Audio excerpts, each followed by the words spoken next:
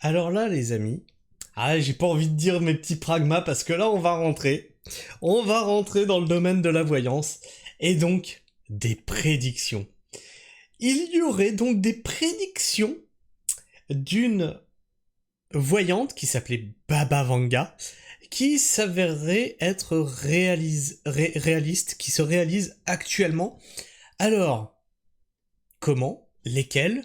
Sur quelle base? Parce que c'est pareil, hein, quand on vous parle Nostradamus, il avait prédit... Oui, enfin, les textes sont tellement vagues que ça peut correspondre à tout et n'importe quoi. Hein. C'est un peu comme les textes bibliques. Hein. Ça peut correspondre à tout et n'importe quoi. À n'importe quelle époque de l'humanité, tu pouvais te dire « ça y est, on approche de l'apocalypse, on approche de la fin des temps. Oui, oui, oui, regardez, ce qui est en train de se produire, c'est écrit dans les textes bibliques. » Et c'est ça qui se passe quand tu laisses un texte volontairement assez vague pour être interprété, en fait. Et du coup, tu penses que... Ah merde, et il l'avait dit, en fait. Mais en fait, non. Alors on va voir cette voyante, si ce qu'elle avait prédit est justifié ou non justifié. Alors attends, je vais peut-être vous mettre ça un petit peu mieux pour qu'on soit tous bien. Toc. Donc c'est un article qui nous est proposé par CNews. Oui voilà, donc maintenant je suis un infâme facho. J'ai fait du CNews. J'ai fait de la fake news. Oui oui, il y en a qui disent ça, oui. Deux classantes prédictions de la voyante aveugle Baba Vanga se réalisent. La voyante aveugle bulgare Baba Vanga a fait des prédictions effrayantes pour 2024. Les plus sceptiques seraient étonnés de découvrir qu'une de ces prévisions s'est réalisée. Alors, si vous êtes sceptique, comme la fausse, comme moi d'ailleurs, hein, moi je suis plutôt de la sphère sceptique, est-ce qu'on va être étonné de découvrir que ces prévisions se sont réalisées ou non? Eh bien, on va voir ça. Les oracles de Baba Vanga terrorisent les crédules. Oh, je suis terrorifié. Brrr, j'en ai froid dans le dos. Terrorisent les crédules. Plus de 25 ans après le décès de la voyante aveugle bulgare, avant sa mort, elle avait fait des prédictions pour chaque année jusqu'en 5079. Oh, bah ça va. Non, parce que on dit, vous savez, les trucs, on nous dit, ouais, si on continue à ce rythme-là, on va jamais passer le siècle, l'humanité va s'effondrer, il va y avoir un effondrement, tout le monde va mourir, le système va partir en vrille, on va s'entretuer, il y aura plus d'humanité. Bah ça va, jusqu'en 5079, il y a des humains apparemment. Eh, tout va bien. Et certaines de 2024 se sont produites, a expliqué The Mirror. La Nostradamus des Balkans avait prédit des événements météorologiques terrifiants qui se sont récemment manifestés au Brésil, au Kenya, en Tanzanie et en France. La voyante qui avait prédit les attentats du 11 septembre... Alors moi, je voudrais savoir le texte exact. Hein. Moi, je voudrais savoir le texte exact. Parce que, comme ils disent... C'est où? Toc toc toc toc. Donc elle avait fait des prédictions pour chaque année. Donc j'aimerais savoir si elle avait bien cité la bonne année, si elle avait bien dit attentat, si elle avait bien dit le 11 septembre. J'aimerais bien connaître la teneur du texte. La voyante qui avait prédit les attentats du 11 septembre aurait eu une vision selon laquelle, au cours de l'année, des événements météorologiques terrifiants et des catastrophes naturelles se produiraient. Un oracle terrifiant qui se manifeste depuis le mois de mars au Kenya, avec des pluies torrentielles dévastatrices. Vendredi 3 mai, le ministère de l'Intérieur a annoncé à l'AFP un bilan dépassant les 200 morts à cause d'inondations. La Tanzanie voisine, touchée par des intempéries similaires, a déploré de son côté 155 morts. Les deux pays d'Afrique de l'Est se préparent actuellement à l'arrivée d'un cyclone. L'État du Rio Grande do Sul, dans le sud du Brésil, est également touché par d'importantes pluies diluviennes. Samedi 4 mai, un bilan rendu public par les autorités a indiqué la mort de 56 personnes. Dans des inondations et des glissements de terrain, le gouverneur du Rio Grande do Sul, Eduardo Leite, a indiqué qu'il s'agissait du pire désastre climatique vécu par l'État. L'Hexagone a aussi eu sa dose de pluie ces derniers jours.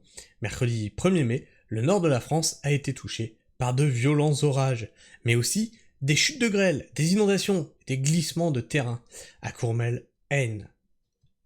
Dans l'Aisne, pardon.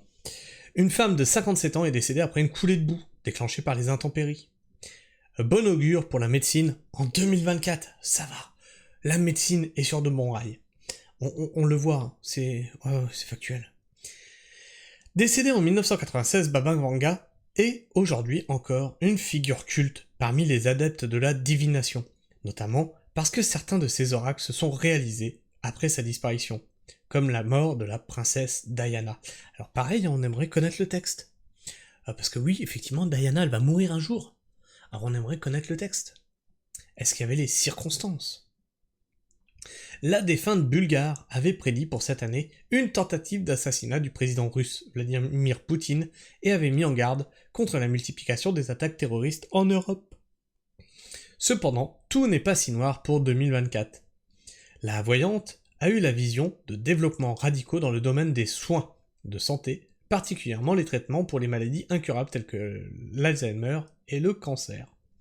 Un oracle qui serait sur la bonne voie, étant donné que, selon Le Figaro, des scientifiques anglais travaillent conjointement sur un vaccin préventif contre le cancer du poumon, capable de prévenir 90% des cas, selon les chercheurs. Alors, pareil, vous savez, il y a ce biais de confirmation, c'est-à-dire qu'elle fait des prédictions pour 2024. Disons qu'elle en fasse 3000. Sur 3000, il y en a 5 qui se révèlent justes. Du coup, qu'est-ce qu'on dit ? On dit que cette voyante a vu juste ? Ou on dit que sur 2995 de ces prédictions pour 2024, il y en a que 5 qui se sont réalisées. Là, c'est pareil, on ne sait pas combien qu'elle a fait de prédictions pour 2024, on ne sait pas combien de prédictions se sont réellement réalisées, etc., etc., mais on nous annonce que, en fait, elle voit juste, tout le temps. C'est tendu. Avant sa disparition, Baba Vanga avait prédit la résolution de la crise alimentaire dans le monde entre 2025 et 2028. Alors ça en prend pas la bonne voie. Ouais, là c'est un peu compliqué. Hein. La crise alimentaire réglée dans le monde entre 2025 et 2028, donc c'est entre l'année prochaine et, et dans 4 ans. Vu la merde dans laquelle on est, moi je le vois pas ça, hein. C'est bizarre. Hein. Je vois même plutôt l'aggravation de la crise alimentaire. Et la possibilité pour l'humanité de voyager dans le temps en 2304. Ouais, moi j'aimerais bien avoir la totalité des textes. Mais attendez, je vais vous chercher quelque chose. Parce que moi aussi j'ai un voyant. Vous allez voir. Et ce voyant, il est scientifique. Vous allez voir. Faut que je retrouve ça. Tac. Ici.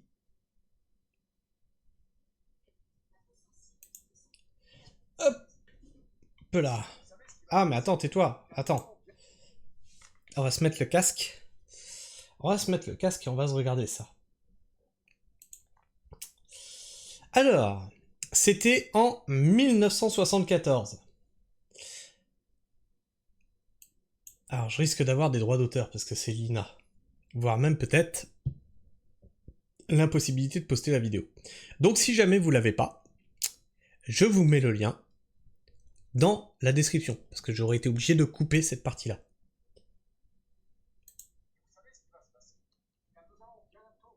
Ah mince, c'est que je vous ai pas activé le son.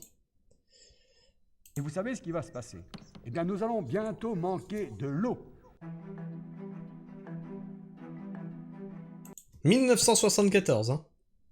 1974, il disait déjà, on va manquer d'eau. Écoutez bien ce qu'il dit, c'est intéressant. Et c'est pourquoi je bois devant vous un verre d'eau précieuse, puisque avant la fin du siècle, si nous continuons un tel débordement, elle manquera. Merci mes amis.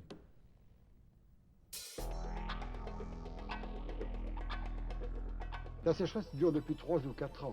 Elle revient une fois tous les 60 ans. Mais auparavant, elle portait sur des pays moins peuplés. Maintenant, avec la densité de la population, on ne peut plus faire autant de jachères qu'autrefois. L'humus ne se reconstitue plus. Et par conséquent, l'érosion attaque les éléments fins du sol, le limon. Ben merde alors, c'est pas ce qui est en train de se produire. L'humus ne se régénère plus, les sols agricoles deviennent morts, il y a plus autant de sable et de limon, etc., etc. C'est pas ce qui est en train de se produire. Putain, il a fait une prophétie.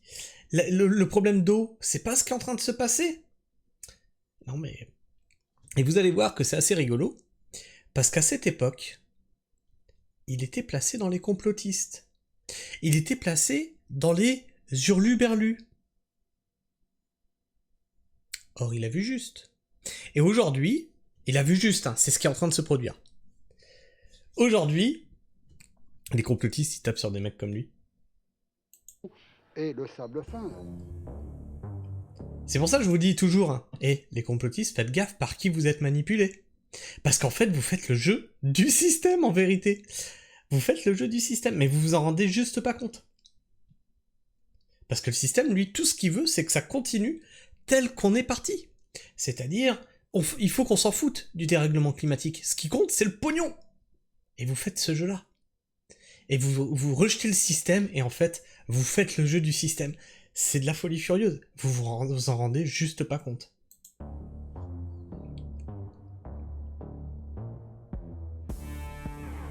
Nous manquerons d'eau en l'an 2050 du fait de l'augmentation constante des utilisations urbaines.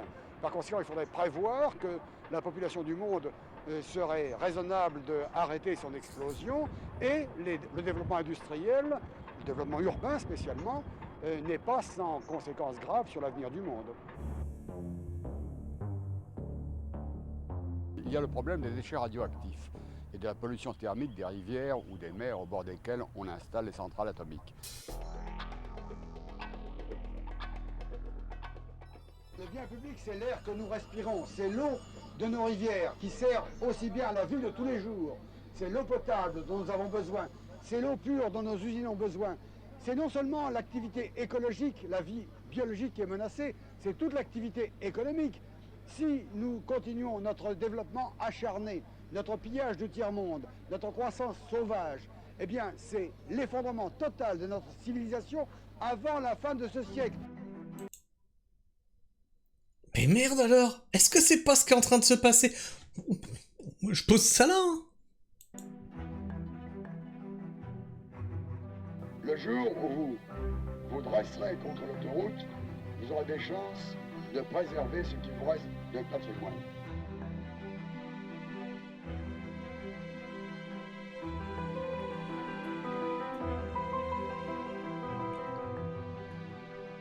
Je ne suis pas un candidat doux rêveur.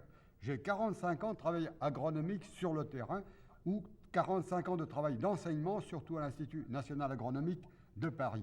Donc, dire que je suis un candidat pas sérieux, c'est tout de même s'avancer un peu vite. Quand on va étudier les problèmes au village, avec les paysans, avec les agriculteurs, on doit être sérieux.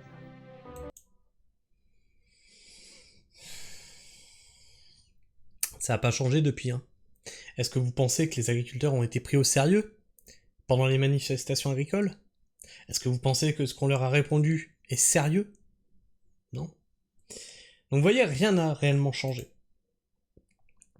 Enfin bref, prédiction et prédiction. Dites-moi si vous y croyez, ou si vous croyez plutôt les personnes de terrain, ceux qui sont dans la science, dans la recherche, et qui justement ont prédit cet effondrement, ont prédit ces catastrophes. Hein, et ceux qui sont pareils que nous sur le terrain, qui vous disent « Mais on le voit tous les jours, bordel, qu'il y a un dérèglement climatique !» Alors quand vous nous sortez des commentaires du genre « Mais lève les yeux au ciel !» Je suis peut-être plus souvent dehors que toi, en réalité. Enfin bref, partage-moi ton avis et ton opinion dans l'espace commentaire. Dis-moi ce que tu penses de tout ça, et puis bien sûr, comme d'habitude, tu connais la musique. Hop, ici, là, tu t'abonnes, tu cloches, tu likes, tu partages. C'est très important de partager, ça aide au référencement de la chaîne, donc si tu aimes mon travail, n'hésite pas de le partager autour de toi et de faire connaître la permaculture pragmatique. Il n'y a pas que ce format de vidéo, hein, il y a la playlist permaculture pragmatique justement, ou la playlist rétrospective, où on vous montre depuis il y a 5 ans comment on a régénéré un terrain complètement impropre à accueillir des cultures dont plus aucun agriculteur ne voulait, car inondé, hydromorphe, plein de glaise et plein de caillasses. Même pour la pâture, il n'en voulait plus. Je vous invite à aller consulter l'espace, l'onglet playlist et de vous régaler de ces vidéos. Sur ce, moi je vous fais la bise, prenez soin du sol et restez pragmatiques. Ciao.